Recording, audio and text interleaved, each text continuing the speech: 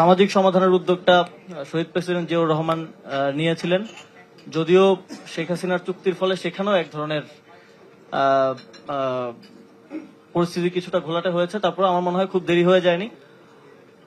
যখন জাতিসংঘ বা হচ্ছে এই আন্তর্জাতিক সংস্থাগুলোর এই বিষয় নিয়ে আলাপ আলোচনাগুলো হয়, তখন কিন্তু আমাদের রেফারেন্সটা দিতে হবে একাডেমিক। তখন আমরা আমাদের এখানে রাজনৈতিক কি সমস্যা, আমাদের মধ্যে আঞ্চলিক কি সমস্যা, সামাজিক কি সমস্যা, সেটা নিয়ে তাদের কাছে গেলে হবে না। আপনার প্রপার একাডেমিক রেফারেন্স সহকারে, প্রপার একাডেমিক স্টাডি সহকারে এটাকে উত্থাপন করতে হবে।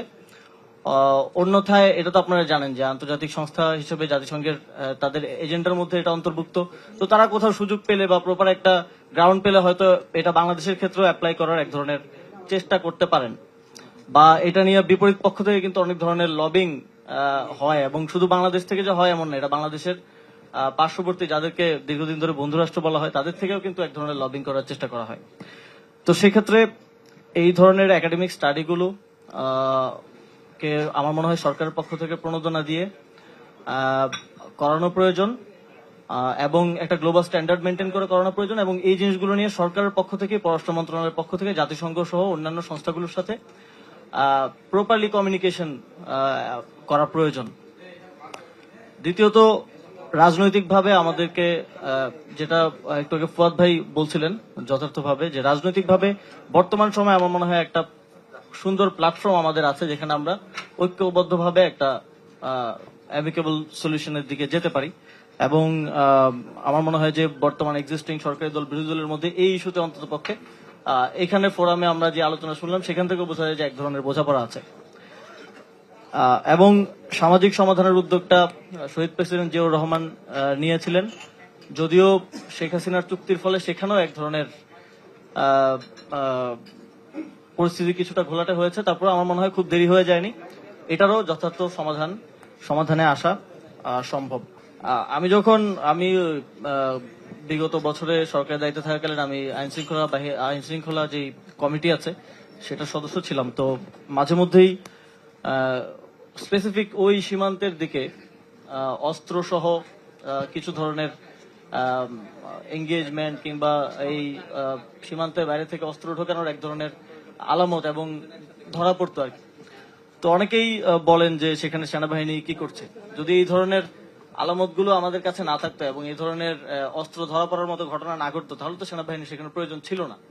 আমার তো অন্যান্য সীমান্তে বা অন্যান্য অঞ্চলে তো নিয়মিত সেনাবাহিনীর উপস্থিতির প্রয়োজন নাই, কিংবা আমারও বিভিন্ন সময় সেখানে বিভিন্ন ঘটনায় আমরা মাঝে মধ্যে দেখি যে আমাদের সেনাবাহিনীর সদস্যরাও সেখানে শহীদ হন। তো এই পরিবেশের তো প্রয়োজন নাই যদি না এই ধরনের ঘটনাগুলো ঘটে। তো বাস্তবতা হচ্ছে এই ধরনের ঘটনাগুলো ঘটতেছে, এখনো চলছে বিভিন্ন, এবং এর ফলেই আসলে সেখানে সেনাবাহিনীর উপস্থিতিটা প্রয়োজন। সর্বোপরি আমাদের মধ্যে জাতিগত ভিন্নতা থাকতে পারে, ভাষাগত ভিন্নতা থাকতে পারে, সাংস্কৃতিক রাজনৈতিক ভিন্নতা থাকতে পারে, কিন্তু আমাদের সার্বভৌমত্বের প্রশ্নে, এই আমাদের অখণ্ডতার প্রশ্নে আমার মনে হয় এক জায়গায় আমাদেরকে আসতে হবে। এবং একই সাথে তাদের সংস্কৃতি চর্চার স্বাধীনতা, তাদের যেই স্বাতন্ত্র্য রয়েছে সেটা রক্ষার ক্ষেত্রেও আমাদের একটা আন্ডারস্ট্যান্ডিং নিজেদের মধ্যে থাকা প্রয়োজন। কারণ এই ইনক্লুসিভিটিটাই বাংলাদেশের এই ভূখণ্ডের সৌন্দর্য, এবং পুরো পৃথিবীতে এই ইনক্লুসিভিটি এবং এই রঙিন একটা অবস্থার কারণে কিন্তু বাংলাদেশকে একটু ভিন্ন চোখে দেখা হয়।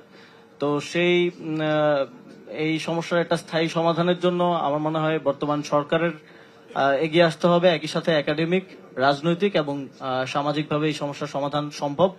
সেক্ষেত্রে জাতীয় নাগরিক পার্টির পক্ষ থেকে আমরা সবসময় একটা গুডউইল নিয়েই এর অংশ হতে চাইব, এবং এই ধরনের আলাপগুলো শুধুমাত্র এই 2 দিন আগে একটা দিবস পালনকে কেন্দ্র করে হচ্ছে আজকে আলাপটা, কিন্তু আমার মনে হয় এটা একটা কন্টিনিউয়াস আলোচনার বিষয় আনটিল আমরা একটা অ্যামিকেবল সলিউশনে পৌঁছাতে পারি।